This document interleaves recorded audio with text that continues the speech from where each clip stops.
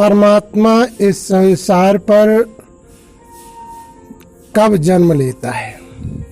परमात्मा इस संसार पर जब धर्म गिलानी, अत्याचार बढ़ने लगता है, मानवता खत्म होने लगती है, ऐसे समय पर परमात्मा इस पृथ्वी पर आता है।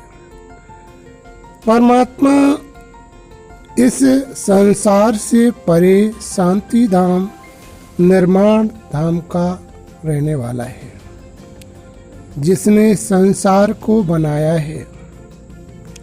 संसार को चलाने के लिए ब्रह्मा, विष्णु, शंकर 3 देवताओं को जन्म दिया। इन देवताओं का निवास स्थान सूक्ष्म वतन में होता है। ब्रह्मा द्वारा संसार की मानव सृष्टि से लेकर वृक्ष का निर्माण किया है। परमात्मा इस संसार पर आत्माओं का जन्म परमात्मा ने दिया है। शरीर 5 तत्वों का ब्रह्मा द्वारा संचालन किया गया। विष्णु इस संसार की सृष्टि का पालन करता है। शंकर इस संसार की सृष्टि का विनाश करता है। जब संसार पर अत्याचार, भ्रष्टाचार बढ़ जाता है, मानव में आपस में वैमनस्यता हो जाती है, भाई बहन संबंधियों के भी रिश्ते वैमनस्यता में बदलने लगती हैं, स्वार्थ का संसार चलने लगता है, नदियां घाट छोड़ जाती, लड़कियां स्वयंवर चुनने लगती हैं, अन्न पूड़ियों में बिचने लगता है। और जब आश्रम की भी स्थितियां परिवर्तन हो जाती हैं, ऐसे समय पर शंकर जी संसार का महाविनाश व्यवस्थाएं किया करते हैं। पहले संसार को सुधारने के लिए भूकंप, भूचाल, गृह युद्ध ऐसी व्यवस्थाएं उत्पन्न होती हैं। जब वो प्रकृति आपदाएं भी आती हैं, बीमारी, रोग भी बढ़ते हैं, जब मनुष्य किसी भी अवस्था से अपने संस्कार, स्वभाव का परिवर्तन नहीं करता है, तब शंकर जी संसार का विध्वंस कर देते हैं। ये तीनों देवता सदा परमात्मा की ध्यान में लीन रहते हैं, जो शांति धाम, इसे निर्माण धाम कहते हैं। परमात्मा ने देवताओं को भी जन्म दिया, इस पृथ्वी को भी जन्म दिया, सूर्य, चंद्र, सितारों को भी निर्माण किया है।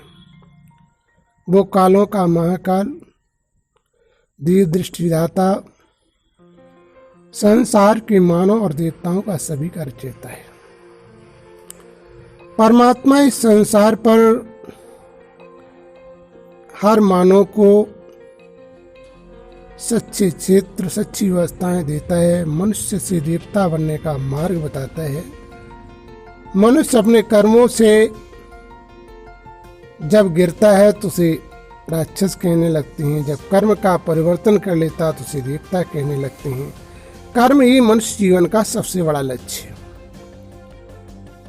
जब मनुष्य दूसरों को परोपकार, दूसरों की भलाई के लिए जीता है तो उसे परोपकार करने वाले को भगवान से अधिक प्यार होता है। परमात्मा कहता है, इस संसार में मनुष्य अपने कर्म बंधनों का भोग भोगने के लिए आता है। जिस प्रकार से संसार में करता है, उसी प्रकार से उसे भोगना पड़ता है। इस पृथ्वी को मृतलोक कहते हैं। इस मृतलोक में हर प्राणी अपने कर्मों का भोग भोगता है। भगवान को लोग क्यों याद करते हैं? परमात्मा को मनुष्य इसलिए याद करता है कि हम अपने दुख, बीमारी, आर्थिक स्थिति, परेशानियों से मुक्ति प्राप्त करें। लेकिन उन्हें फल क्यों नहीं प्राप्त होता है? क्योंकि वो अपने अंदर के विचार और भावनाओं को नहीं बदलते हैं। मनुष्य भेष बनाने से कभी भी भगवान के करीब नहीं पहुंच सकता है। जब तक अंतर मन की भावनाओं का परिवर्तन नहीं होगा, तब तक भगवान के करीब नहीं पहुंचेगा। और परमात्मा के पास सिर्फ आपकी आत्मा पहुंचती है, शरीर नहीं। जब आत्मदर्पण स्वच्छ होता है तभी परमात्मा के पास पहुंचते, जिसे शांति धाम और निर्माण धाम कहते हैं। आत्मा भी एक ज्योति स्वरूप होती है और परमात्मा भी एक ज्योति समान होता है। तो वास्तविक ज्योति स्वरूप से मिलने के लिए मनुष्य अपने विचारों का परिवर्तन करे, तभी वहां तक पहुंच सकता है और तभी मानव जीवन का उद्धार हो सकता है।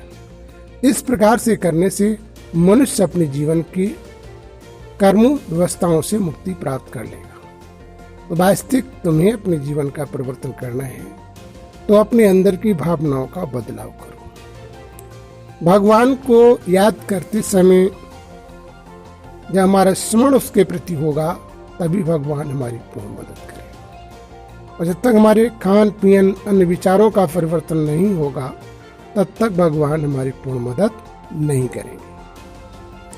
इस प्रकार से जब मनुष्य उस परमात्मा की याद करता है तभी उस परमात्मा के करीब पहुंच पाता है। जब तक वो इस प्रकार से परमात्मा को याद नहीं करता है तब तक वो नहीं पहुंच सकता है। लोग तीन होते, साकारी, आकारी और